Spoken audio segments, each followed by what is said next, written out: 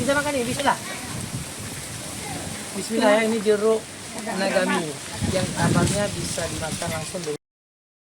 Syedaralun, lahan seluas sekitar 500 meter yang berada di tengah pemukiman padat kawasan Nesu Aceh, Banda Aceh, dulunya adalah semak-semak, kini disulap menjadi areal untuk taman min hingga peternakan.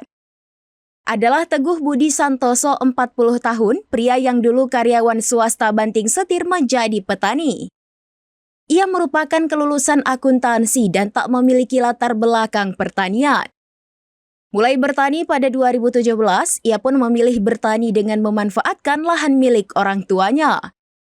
Saat itu Teguh berfokus dengan tanaman mint yang ditanam secara hidroponik, tanaman herbal serbaguna dengan berbagai manfaat untuk kesehatan tubuh.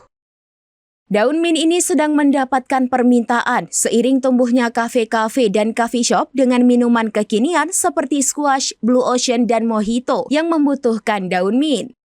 Ketua DPRK Banda Aceh Irwan Syah ST menyambangi areal kebun mint tersebut pada Sabtu 19 Juli 2025 siang. Oleh Teguh, Irwan Syah diajak berkeliling melihat tanaman mint, pakcoy, dan kale yang ditanam secara hidroponik. Kemudian mereka juga ke area peternakan. Irwan Syah menyampaikan langkah Teguh yang menyulap lahan tidur jadi lahan pertanian menjadi inspirasi bagi yang lainnya. Apalagi ia melakukannya di tengah kota yang dianggap oleh orang lain mustahil untuk bertani. Ya, latar belakang saya sih sebetulnya sarjana ekonomi ya, tapi berhubung hobi, jadi saya mulailah berkebun. Tujuannya adalah supaya bisa dekat sama keluarga sebetulnya, dan alhamdulillah sekarang sudah menghasilkan. Nah, untuk pemasarannya kita ada yang secara langsung, ada juga yang kita titip ke outlet gitu.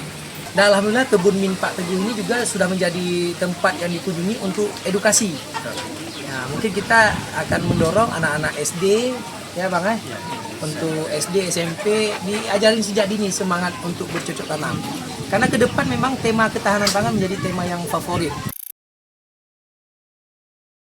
Download Tribun X sekarang, menghadirkan lokal menjadi Indonesia.